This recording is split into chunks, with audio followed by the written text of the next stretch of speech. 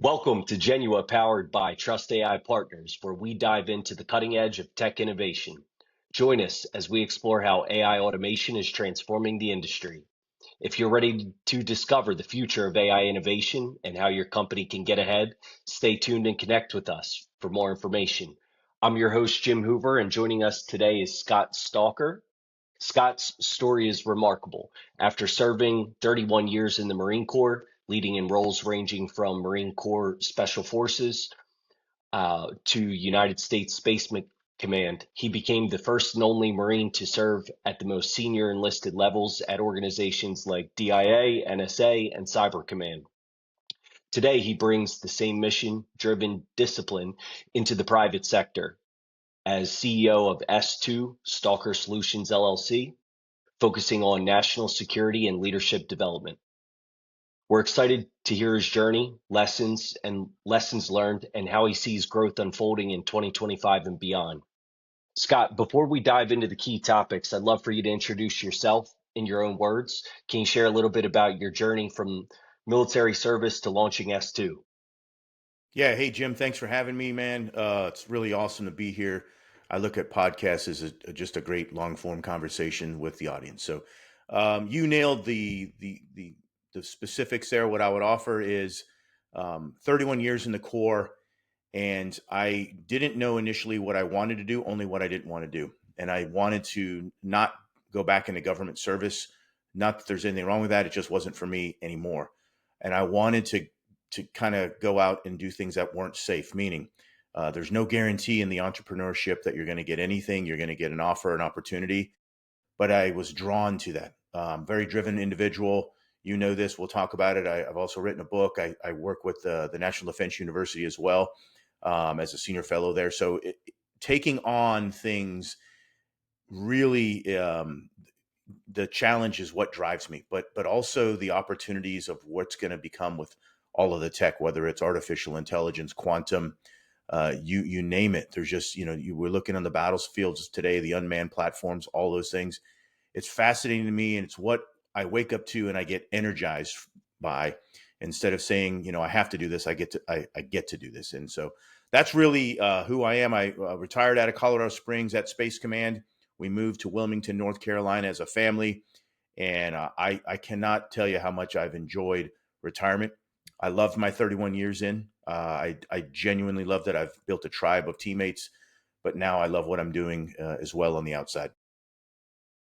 What's the most surprising lesson you brought from military leadership into running your own company?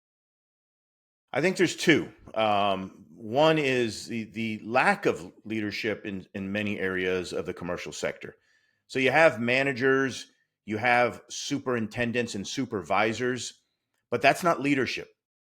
Leadership is, Jim, if I work for you and you tell me what to do, I'll do it.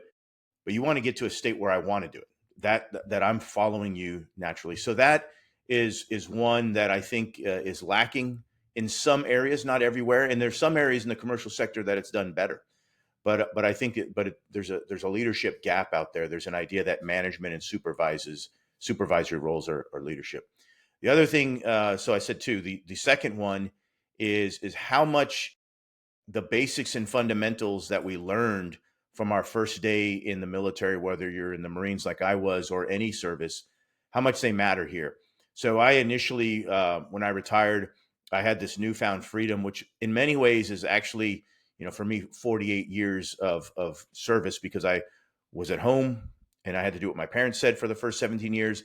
And then I did 31 years in the Corps and I had to do what the Corps said. And now the next day, you have absolute freedom. You can do whatever you want, right? And there's goodness to that. It's earned. But if you go overboard, right, you start having cocktails at noon, you start eating donuts all day, like it can be a poor thing. So to answer that question, really, the second thing is how important those basics and fundamentals of leadership and self-discipline matter on myself, right? Right after this podcast is complete, I've got my workout scheduled.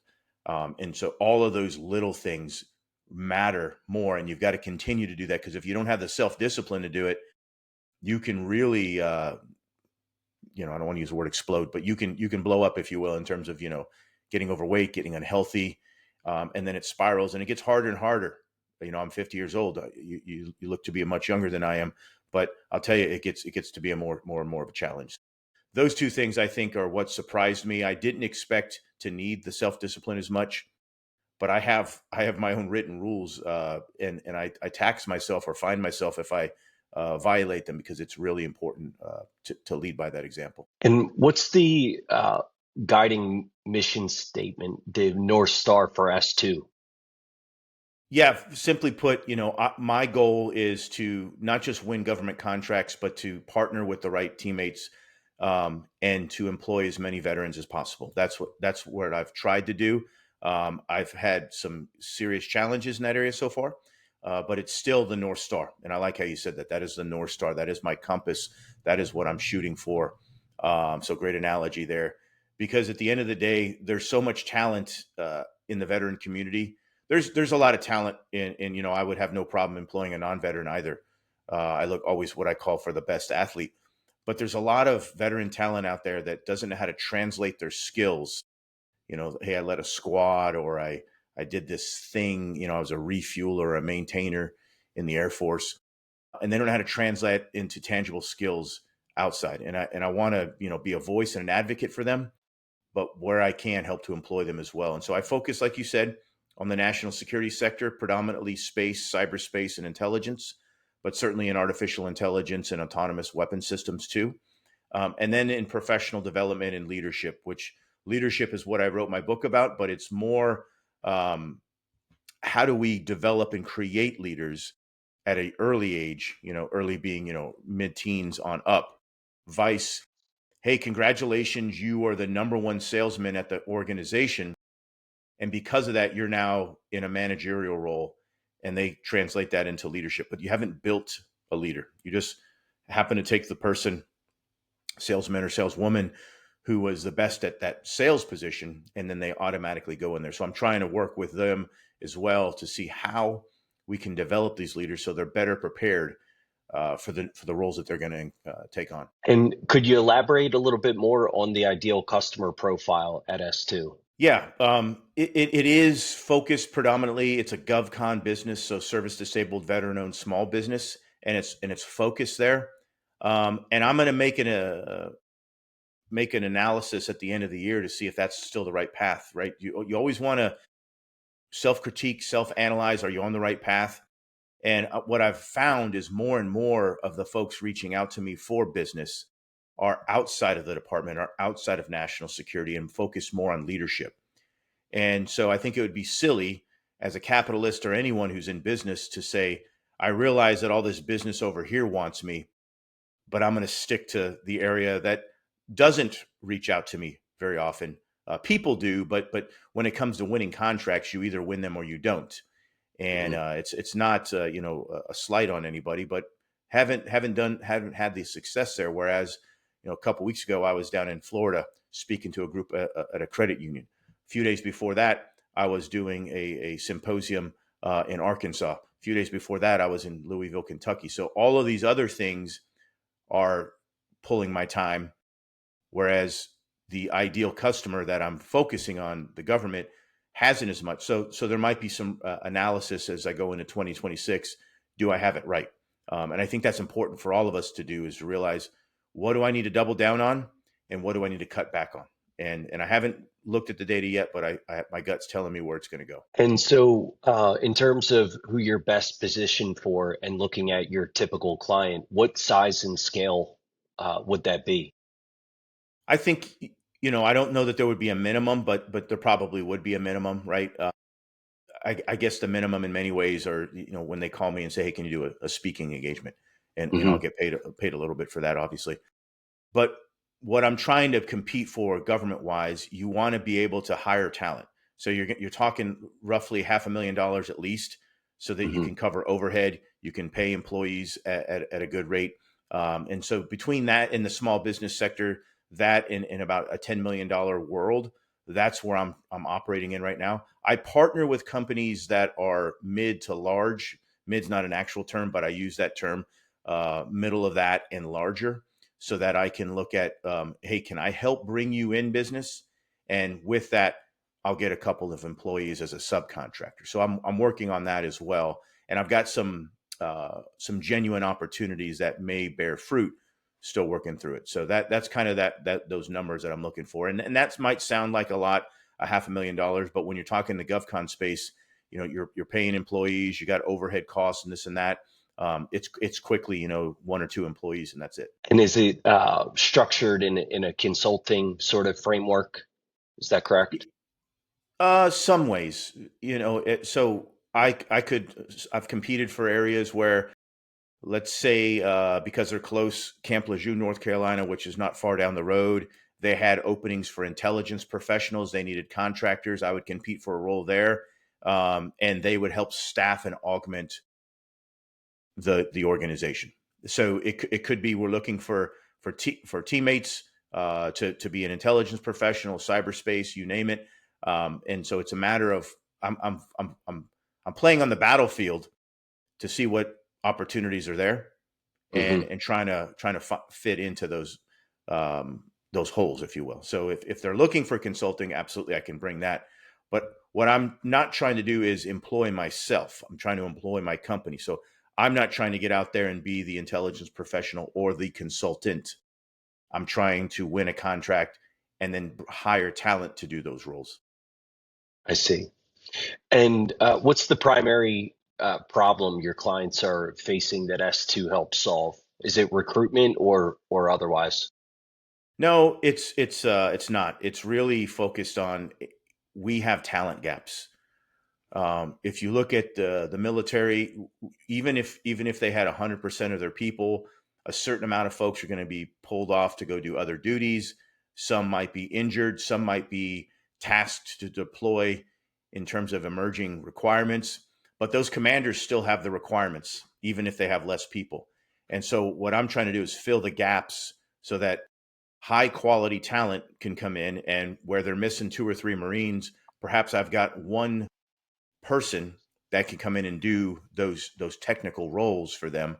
Obviously, they're not going to be the shooting, the moving, and the communicating, but doing the work in the office spaces, and then performing that for them. So it's not necessarily consultancy. It's not necessarily specific gaps. It's where the areas are, and normally it's because they have manpower shortfalls. They need a contractor to come in and fill those gaps for them, because the commanders aren't. We haven't had a serious cutback on requirements on any of them. They still got all the requirements, but because there are more requirements, a lot of their people are being pulled to do other things. I see. When you're working with a client, what are the core metrics or KPIs that you rely on to measure whether your progress is being made? So KPIs, you know, if you were to ask me a couple of years ago, I wouldn't even know what that acronym is. Now it's like, wow, I sleep that and ROI, right? Hmm. Um, let's take as an example uh, cyberspace. If we're filling a gap in that area, right? So initially, basic qualifications are often met, but then there are a couple other things, because of in the department, you're going to need someone who's got a clearance, possibly a polygraph, and these other things.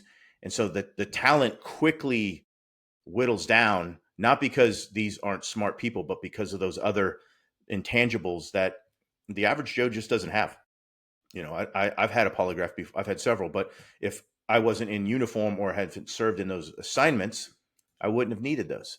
And so it's really first finding the talent that meets those thresholds, and then those key performance indicators that you talked about. Not only are they able to do what they need, but there's an intangible piece to this too, and that is oftentimes those contracting officers or even the commanders don't know the specific questions they need to ask.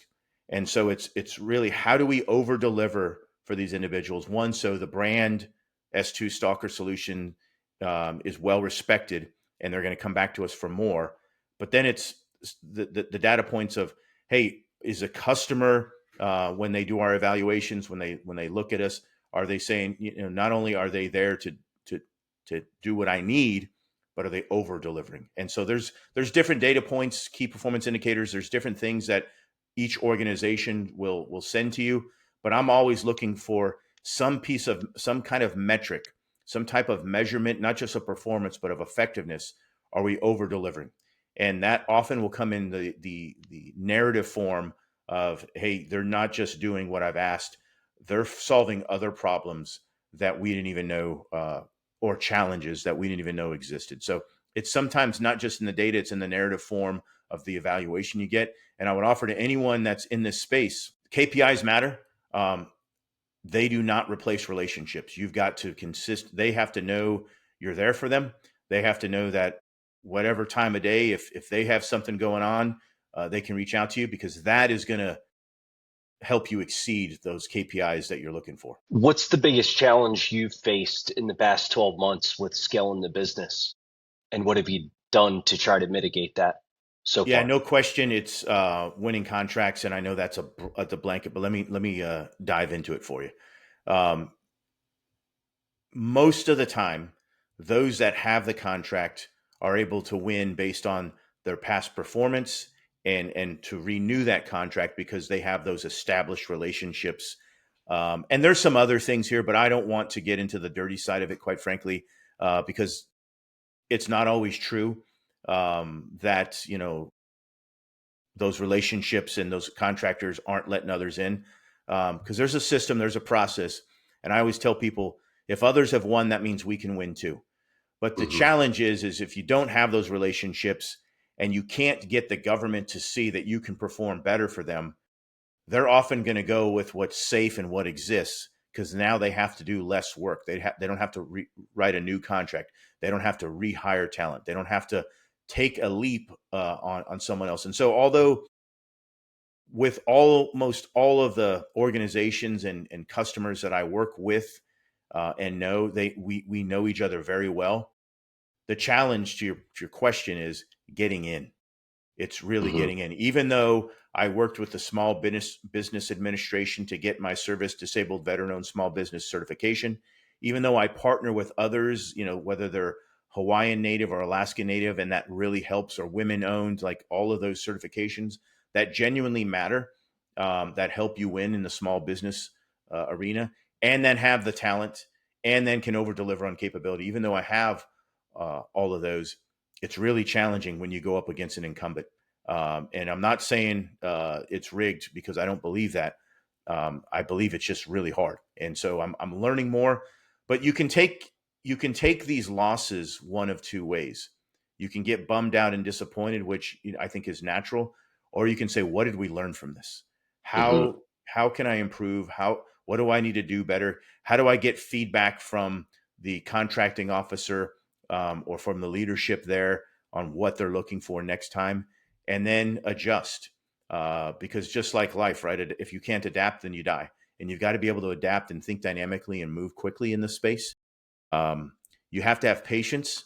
So as I talk about adapting quickly, you also have to have patience, because it can take a long time to get a contract awarded. Like from beginning to end, it could be 18 months of relationships, of understanding the challenges and their gaps, and how to fill that, finding the talent, hiring the talent, bringing in the talent, all of that. It can take an awful long time.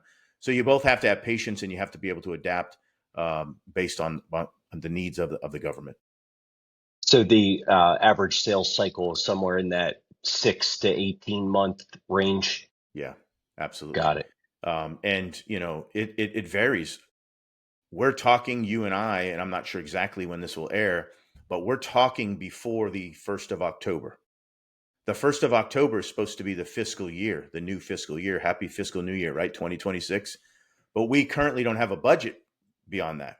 And so our elected officials in Congress and the president going to have a budget by then? Are we going to have a government shutdown? We don't know. And that can impact those that have government contracts, because if they're not bringing in revenue, they have to either lay off employees, or put them on the side for a little bit until we know something. Whereas if you're in uniform, there's law that mandates certain pay still there, but not necessarily for the contracting. So it's a challenge of understanding the game you're in. And I use that term not as is it's not like a mocking term, but you've got to know what arena you're in, and how to play that, and know that for the past 18 years or so, we don't always have a budget on time. And every year you see the 4 stars go in front of Congress, and the one thing they consistently all ask for is a budget so that they can plan, they can build, they can invest, and that message is well heard. And then we normally don't have a budget, so that's why it's also challenged, because there's things outside of your hand. Much like when we went through COVID, there are just things that you can't control, and you've got to have, certainly a baseline of funds just in case for emergencies, but you've also got to have flexibility and be able to adapt quickly, because the market, and the variables that aren't in your control, you just can't always plan for. In your journey at S2, where have you personally encountered bottlenecks in operations? Is it hiring, admin, lead generation, and how have you addressed these issues so far? It has been, without question, getting clarity on the needs of the government, right? So they'll put something out on, whether it's on sam.gov or win. These websites that are out there, and the team will talk through this and we'll figure out what we believe the gaps are. But once certain things are put out, you're no longer allowed to talk to the government, and so you have to decipher. You have to read in between the lines. You have to look at who already has the contract. What are they doing in terms of performance? How are they being evaluated? How they are they well respected based on what you're hearing and talking to individuals there? So it's really, how do I put together the best contracting proposal possible based on what I believe the needs of the government are, and get that in front of someone who's going to say, I know we have a contract already and we have an incumbent, but we're going to go with this unknown entity instead. And that's just a challenge, but it's an honorable challenge, because, like I said, this has happened before. People have won that way before, which means it can be done. And I just try to focus on that positive. It's possible. It's possible to win these contracts. It's been very, very difficult, though. And so I'm curious, what does that competitive landscape look like? Who are you typically up against, and then how do you uniquely position yourself around them? Yeah, you could be up against a big company, right? A company that's got an operating, and generating revenue of greater than $50 million, and Hmm. they are then subbing it out to a different company, and so you're competing against both of those beasts. Whereas, I'm doing all the contracting proposals, all the writing, all the things up on my own. They'll have a team doing that, and so it's again, it's not that this is David versus Goliath. But when you have a small window, and the other team can hire experts who have done this for years, if not decades, it really becomes a great challenge. And I think that's why, for the first couple of years I did this, not only did I start my own company, but I consulted with others to kind of see behind the scenes and see and get an understanding of how others do this. Otherwise, just going it alone, really, really tough. Not impossible, but really tough to do. And some have found success there. Oftentimes it's more in the niche tech sector. They created a thing they didn't even know they needed. It's kind of akin to when we had the BlackBerry, and Steve Jobs said, "Hey, I got this iPhone thing." Like, wow, I didn't even think I needed that. And then people gravitated towards it. So it's a little bit of history. It's understanding that, but it's always relationships. It's always personalities, and having those relationships. And that's where sometimes it can get challenging, because I'll know more of the senior leadership, but I may not know the contracting officers. How do I develop relationships with them? How do I develop relationships with the customer, who's going to be the one taking those employees and working with them every single day? Whereas the incumbent, who's already there, they've already established this. And if they've done it well, they've got the inside scoop on how to continue to keep that business. And so it sounds like this establishing these relationships with the key people are the critical part of this sales process, right? And so I imagine that uh, the one thing that's really going to be able to take increase that pipeline and be able to scale your contracts is going to be widening that top of funnel to spark more of those initial conversations. If I'm correct so far, stop me if I'm wrong. But No, you're what right. what are so the key there, if you zoom in on that, is how do you identify these people and spark up that initial conversation? What are you doing to expand that or try new things? What's worked? What hasn't worked? Are you bringing in external partners, consulting firms, or are you using technology? Anywhere you want to go with that. Yeah, I do use technology. So all of these requests are put out there on different websites. We'll just use Hmm. sam.gov as an example. You take that data, all of the things are in there, whether they're attachments, points of contact, and I'll normally have them sift through on one of the AI platforms and pull some key metrics from this. It'll tell me the names I've got to speak to. It'll talk to me about past performance, and I'll try to identify gaps of what is being talked about and where I can come in and provide greater capability so that I go in with a bit of an advantage. So the technology, I think if nothing more, it saves you time. Otherwise, I've got to go read through all of this stuff, and I look Hmm. for specific summaries to do that. Then I identify who these people are, and I don't just go email and call them. You have to have a bit of a plan, right? Do I Hmm. know somebody that knows them? Hmm. Okay, that's a much better way to do business because now I'm being introduced by, I'm just going to give Jim a call. You're not even going to answer the phone because we all get these spam calls and these Hmm. silly emails nonstop. My LinkedIn is peppered. I almost can't even read my LinkedIn email messages anymore because it's all mundane garbage. Hmm. So you want to if you can find a strategic advantage to help you be introduced to the person to establish that relationship, that's far greater than just reaching out. But sometimes you do have to reach out, and you've got to do it in a specific way. I talk an awful lot about the book by Dale Carnegie, How to Win Friends and Influence People, and it talks about how to have these engagements with humans and human interactions. It's the basics and fundamentals again, but it's where do I have similarities to Jim, right? So I'm going to look at, did we serve together? Did Jim serve? Did what school did he go to?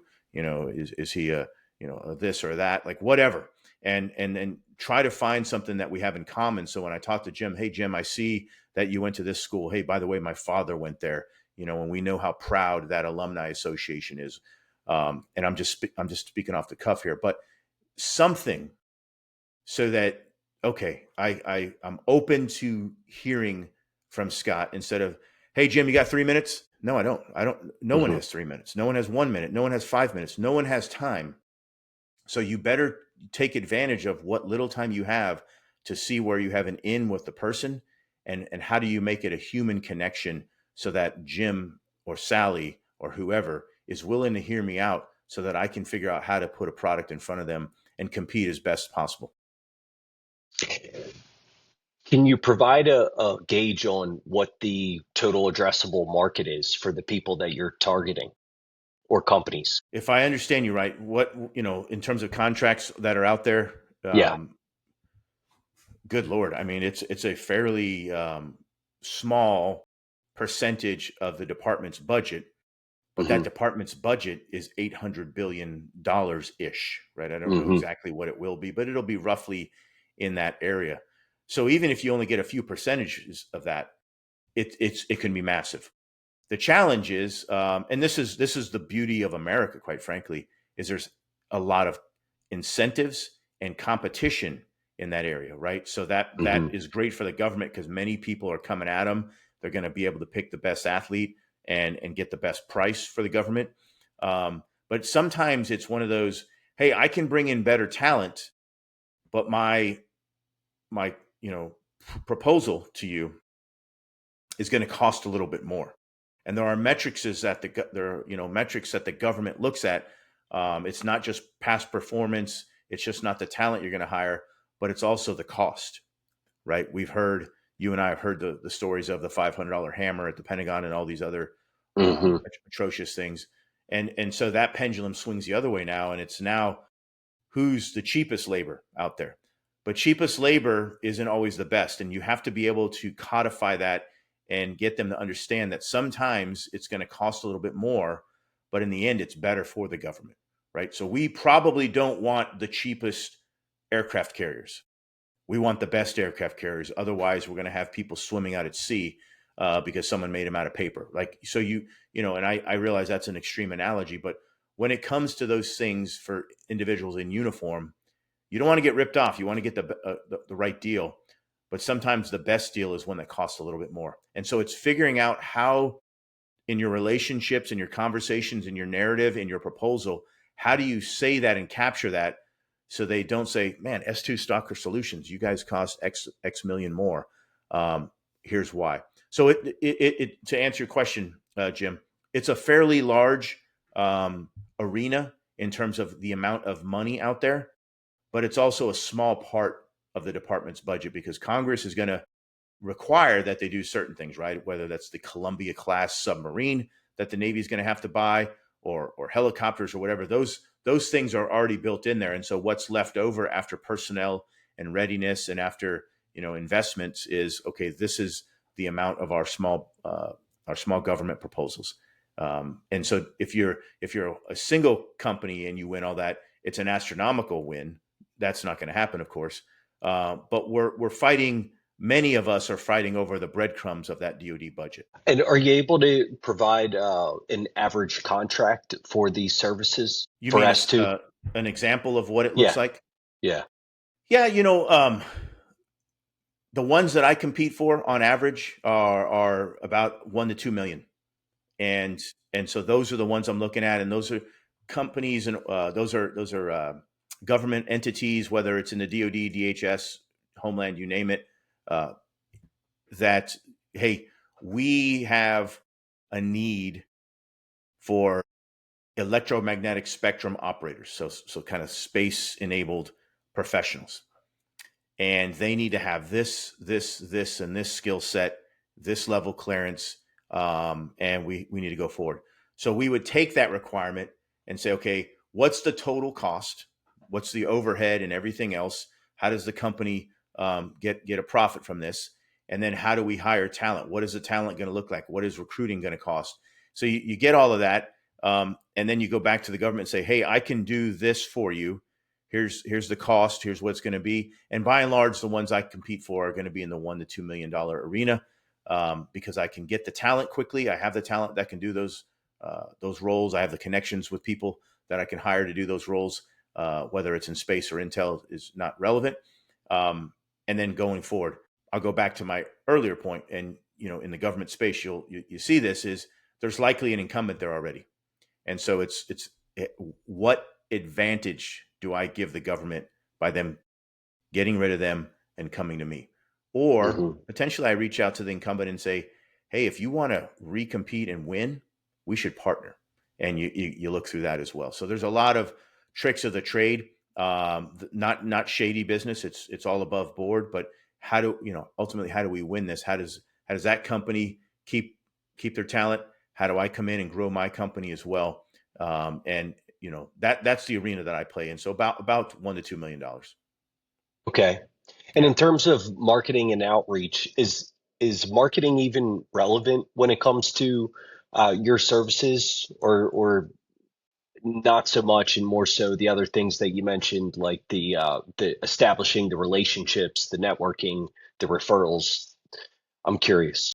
Yeah, it is and it isn't. And what I mean by that is your professional reputation, that should be marketed well. That should be well done, and intelligently done. But it also should be genuine and authentic. So whether it's the perception folks have of you because you behave like an idiot on Facebook or social media in general, or anything like that, it's being wise with how your external face is perceived and viewed. And so I market that way wisely. And most of the things that I put out there are about veteran issues and how we support them. And the reason I do it that way is because the government, when they're looking to bring in talent, they're not necessarily looking at Booz Allen or Lockheed Martin's commercials and how they market themselves. They're looking at what's your track record, what can you bring us, how have you performed, all these other things. They're looking at that.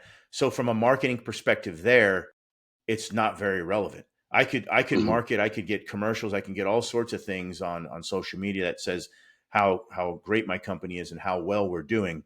But when it comes to competing in this space, that doesn't necessarily matter. And so you Hmm. won't see most small businesses marketing themselves for new opportunities with the government, because the government's not looking at those things and saying, okay, that's what we want, right? Hmm. At least now. But I think back to I mentioned being adaptable. You have to be able to adjust just in case things change. Right now, I don't think it's necessary. Have you experimented at all with uh, lead scraping through some of these government contractor uh, organizations, companies, to be able to figure out, filter specific job titles of people with those companies and be able to spark a relationship or a meeting that way? My company personally hasn't, but I have consulted for some that have, and so I've seen it done. I've seen it done well, and it's really good. Again, using the tech out there, allowing you to generate leads and allowing you to figure out how to do that. I do it a little bit different, right? So if I'm looking at you and Jim, but I don't know you directly, I go on LinkedIn and see where we may have people that are connected together, and how many of them I have. And I might reach out to them and say, hey, Frank, me and Frank are buddies. Frank, would you be open to connecting me with Jim? Here's what I'm looking to do, right? Because I don't want to Hmm. burn Jim's reputation by wasting your time. But hey, I think I have something that Jim would be interested in, and then going from there. Where people fail at it, um, speaking of from my perspective, is again back to the messages I get. They're scraping and they're looking for lead generations and they're looking to do business with me, and then they'll just vomit an email out there. Hmm. Jim, true story. Last week alone, I got 2 emails that didn't even have my name. They were the wrong name, so they were just you know someone not understanding tech. And I get it. These are all going out. They're mass sent. Hmm. But if you can't get my name right, I'm not going to partner with you. It's not a very Right. complex name. This is not hard. Um, and so little things like that, those little wins or those little losses, if you will, are obvious. But if I were a little more successful or even slightly larger, I would be lead scraping all the time. I think it's genuinely a great idea. It's Hmm. effective.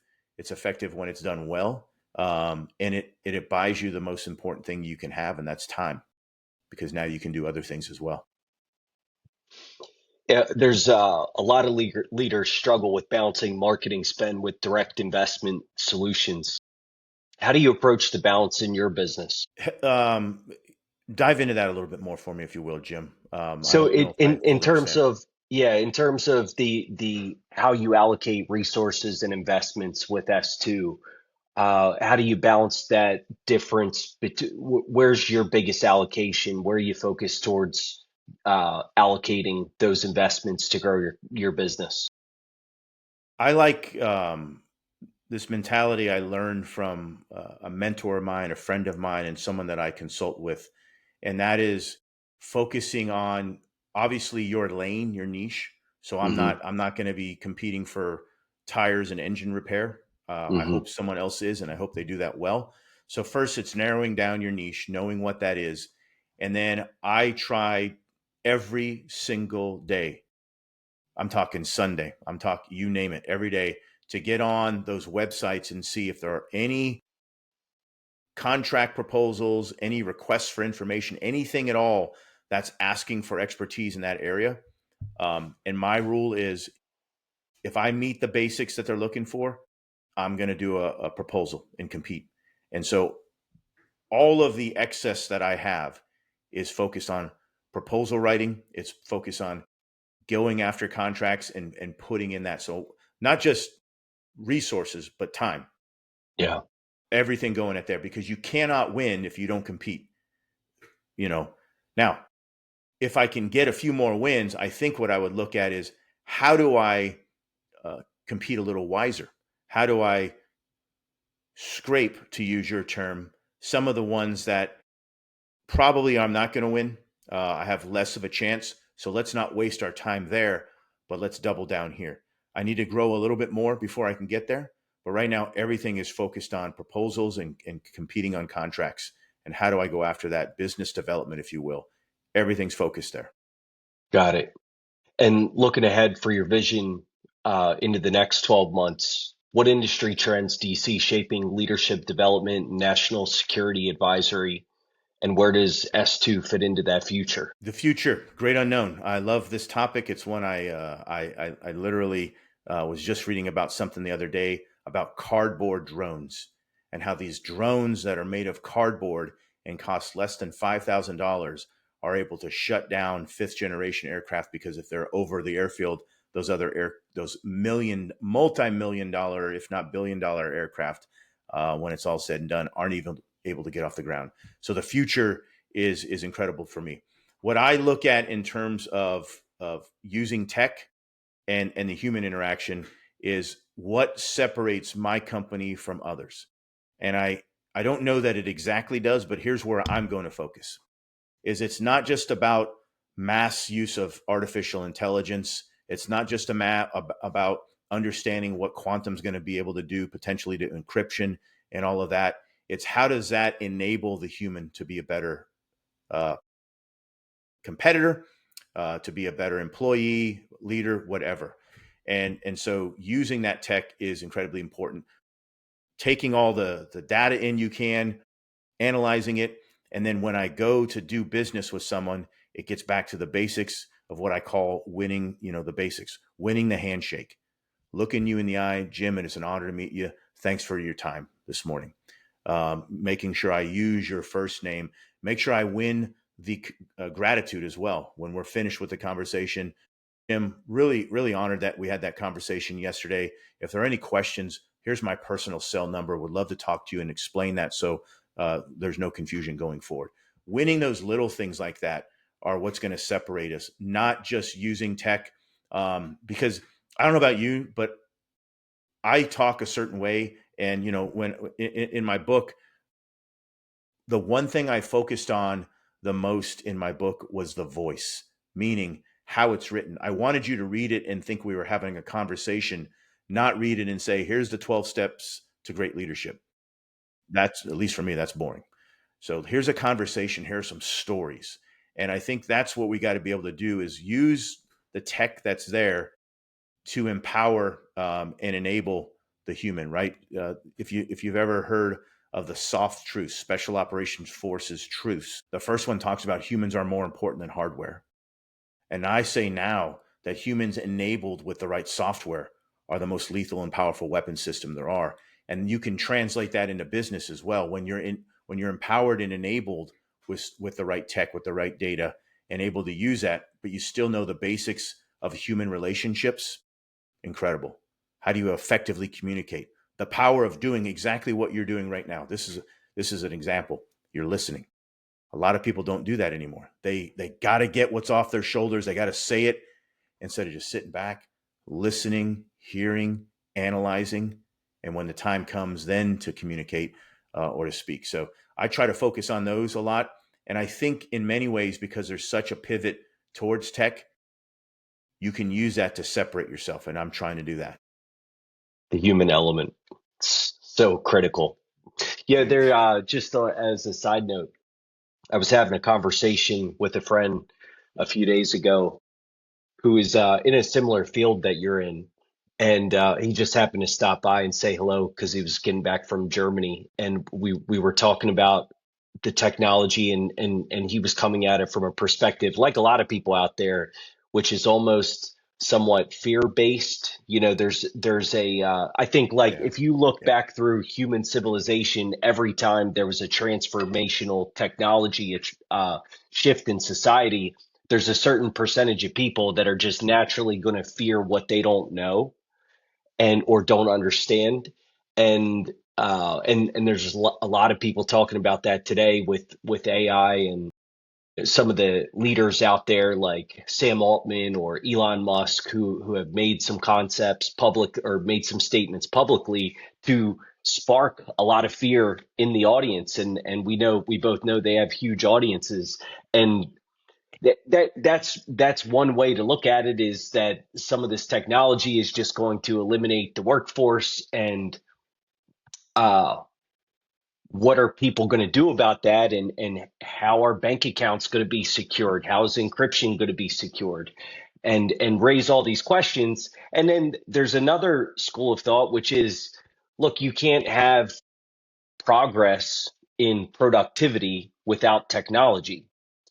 And yes, it's going to displace certain functions and jobs, but just like it probably used to take 100 people to plow a field, now takes one machine and one person, right? You could make sort of this a lot of the same parallels, and maybe it's just my optimistic nature, but I would like to think as some of this technology as forming a higher productivity level where maybe the average person isn't forced to do a basic function, but we move back or we shift into some sort of a new renaissance where people can wake up in the morning and do what they want to do, what they find purpose in, the arts or whatever that may be, and without having to necessarily dig a ditch. You know what I mean? But maybe that's just all perspective. I don't know if you have any comments on that. No, I think Jim, brilliant analogies there, right? So, and I talk about this a lot on what I call opportunity cost. I could spend, some time once a week mowing my own lawn. I'm obviously physically capable of mowing my own lawn. I don't, and the reason why is because I found someone that can do this for cheaper, and for a fair rate. This individual mows the lawn, does it quite frankly a little better than I would, anyways, and is consistent. Now I can spend those several extra hours on doing something else as well. It could be whatever I want, but it's often focused on business. As you talk about, plowing the fields. Absolutely, we can employ more people by getting rid of those machines and plowing the fields. We also then going to be paying, $40 for a watermelon, right? And I have no idea. There's no data to back that up, but you get my point. We're going to pay Hmm. more. Um, we can get rid of all of the cybersecurity risks that exist today if we get rid of all our computers. Like, all of these are their cost, their trade-offs, Hmm. and no artificial intelligence machine today can do anything unless we tell it to. It's we give it we tell it something, we have a conversation with it. We might ask, mundane questions, whatever. Help us write scripts, help us code, whatever. But it's all done with the human. Now, I think eventually it will advance, but I don't believe this instantly turns into Terminator 2 and Skynet. Yeah. And I think there's the reality of it is, whether it's on social media, which is neither social or media, or it's on traditional media, what wins the narrative and the algorithm is, if it bleeds, it leads, right? Hmm. Um, and so outrageous and bombastic and those types of things are going to lead. So if an Altman or a Musk or even a mid-level, person like me, well, I wouldn't even put myself up there, but somebody who's a little bit higher up in terms of being respected as an artificial intelligence person, if they were to write a doomsday article, that article becomes viral. It goes everywhere. Hmm. The other person who's at the same level, who talks about how it allows, to your analogy, to plow the fields, it's just going to allow us to do other things. And oh, by the way, now that that's being done, humans can gain employment over in these areas instead.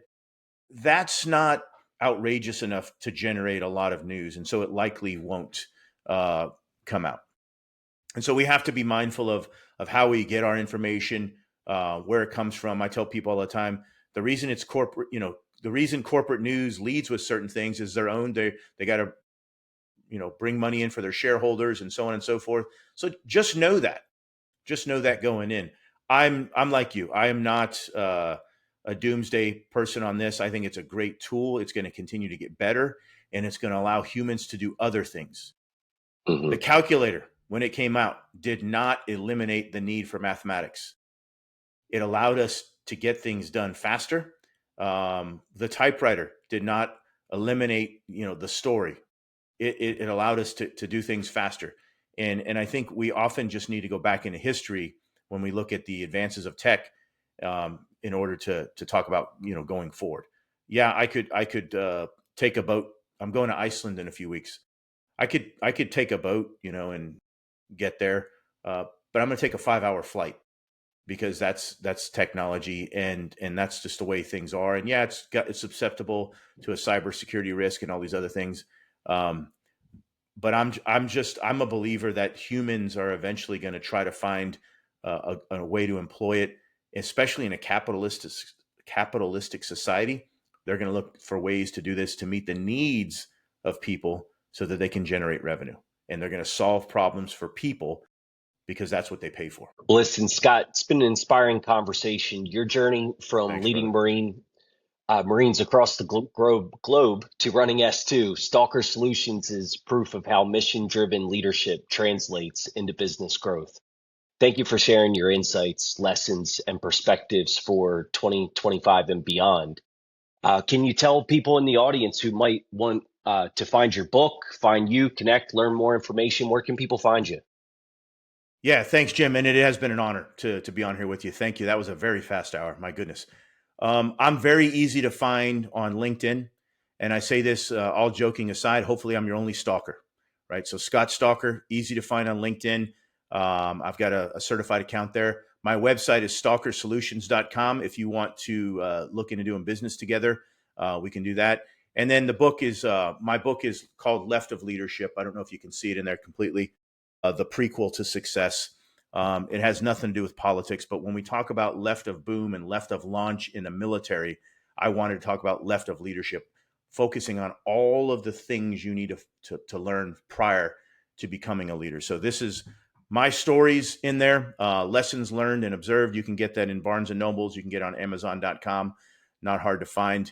And I'd love to hear people's thoughts on the book as well. So reach out to me and tell me what you think as well. Jim, thanks for your time today, sir. Thank you. And to our listeners, thank you for tuning in to Trust AI Partners.